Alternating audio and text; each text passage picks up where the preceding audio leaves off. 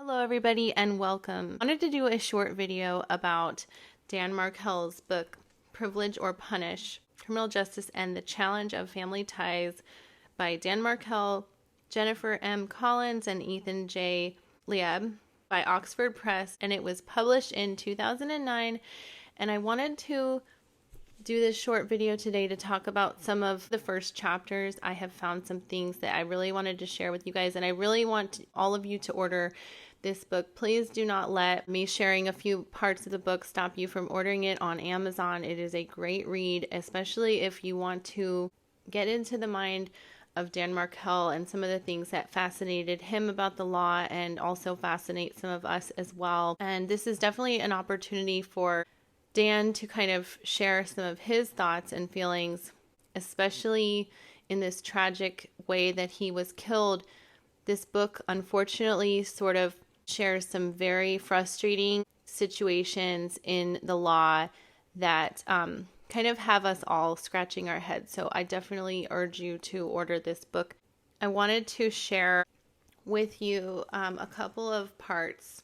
Okay, the first part that stuck out to me was, this was in the first chapter, the way that the criminal justice system deals with violence within the family and sort of like spouse-on-spouse crimes, which the murder of Dan Markel wasn't exactly spouse-on-spouse, but it just, in this paragraph, it kind of talks about how violence within the family sometimes gets brushed under the rug. So let me just read this to you guys. So it says, violence within the family. Another important way in which the criminal justice system uses family ties to mitigate or eliminate criminal responsibility is when a defendant has selected a family member as his victim. Some of the most striking examples of the criminal justice system's preferential treatment of family relationships occur in relation to crimes committed against spouses and children by a family member. A general hesitance to intervene in family life, even to protect a family's most vulnerable members, is a deeply ingrained historical tradition in this country. In recent years, we have, of course, seen some progress in the criminal justice policy, such as the repeal of marital rape, exemptions in many states, the increased law enforcement attention and funding devoted to spousal battering, and the widespread adoption of mandatory child abuse reporting statutes. The general tradition of non-interference in crime involving intrafamilial violence is hardly a historical relic.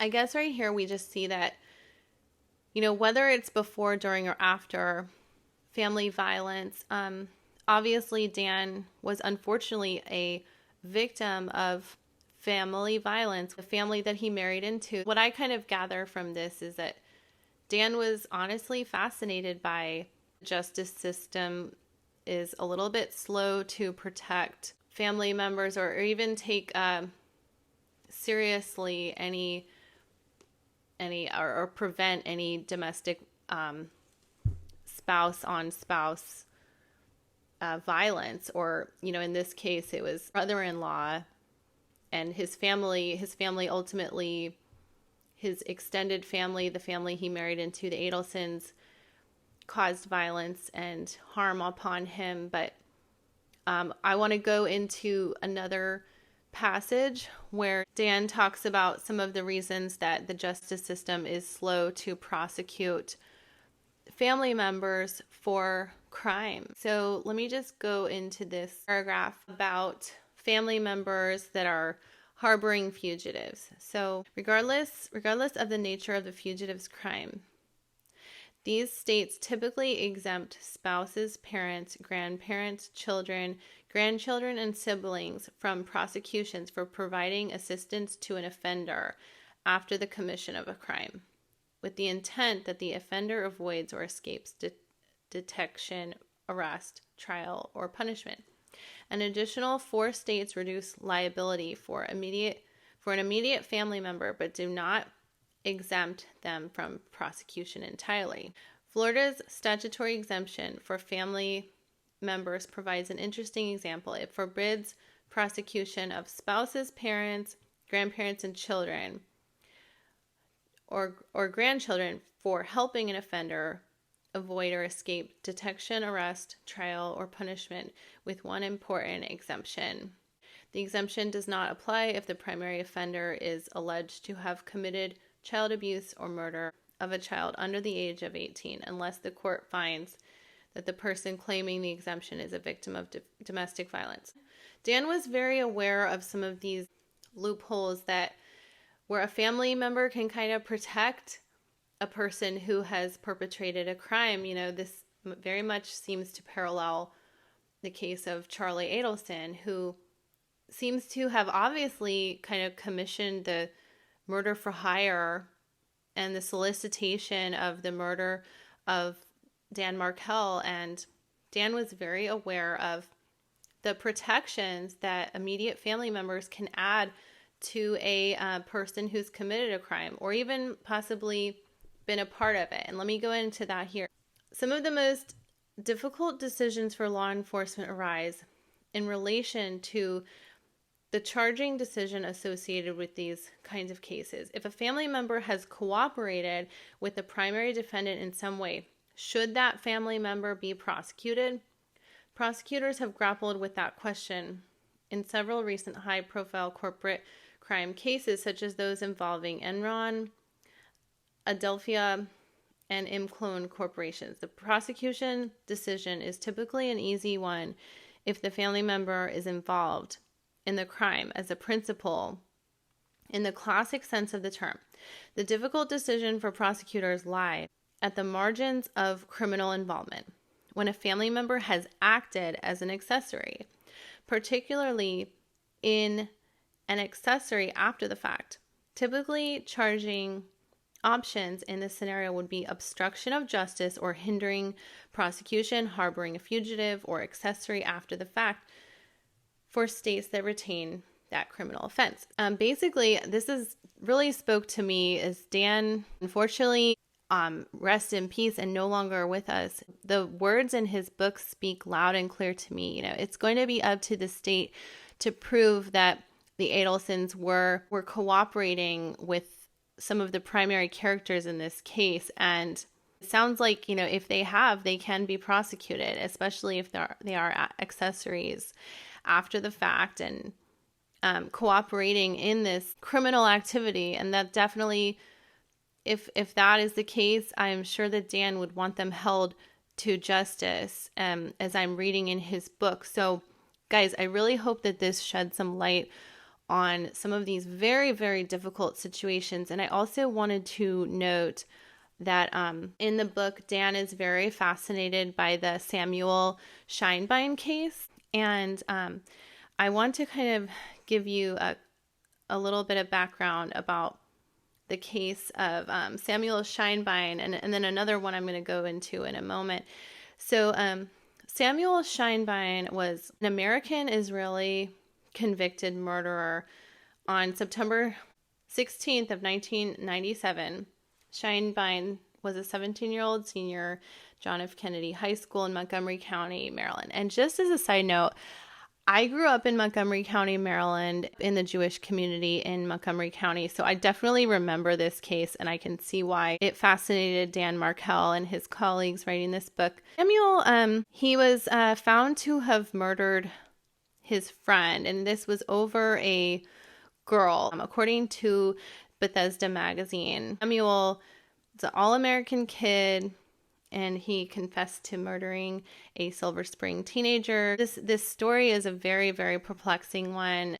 Samuel actually fled to Israel, and his family actually helped him, and that's why this case got a lot of public attention. His father was a lawyer, and his father actually became disbarred for helping Samuel get to Israel, and Samuel was serving a 24-year sentence that Israel had given to him, a 24-year sentence, and he was eligible for parole when he died in a shootout in an Israeli prison. Very fascinating case. I highly recommend you guys look into it.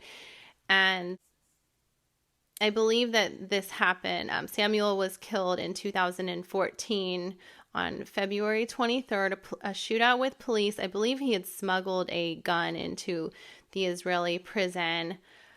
His father, Sheinbein, had fled to Israel with the help of his father, and he eventually pled guilty. So his father actually was disbarred. His father, Saul Sheinbein, and while I don't think that his family was actually found guilty of a crime, his father did kind of suffer through the court of public opinion, but this is an example of a wealthy family kind of getting a reduced sentence of 24 years is not a very large sentence. And he fled the country. All that happened to his father was that his father was disbarred. So I found that to be an interesting story. And then another story that Dan Markel seemed to be fascinated with was the Ted Kaczynski, the Unabomber story, where Ted's brother David Kaczynski actually turned him in. So I think a lot of you are probably familiar with the Unabomber. And this is actually a very great story. A story of struggle of a sibling knowing that their sibling had committed a very large crime. I believe that the Unabomber, Ted Kaczynski, had killed several people, I think, by leaving packages at their doorstep, and had made these packages in his own cabin in the woods. And his brother had read a letter that he had left in some newspapers, an open letter to the media, and David Kaczynski actually turned his brother in. So there are some cases of family not just helping to protect their family members, but turn them in. So two stark contrasts there. And as I read more of this book about privilege or punish, I'm sure that we can definitely see the parallels in this case of an underprivileged population that is in jail while the privileged population is not, and they're protected by their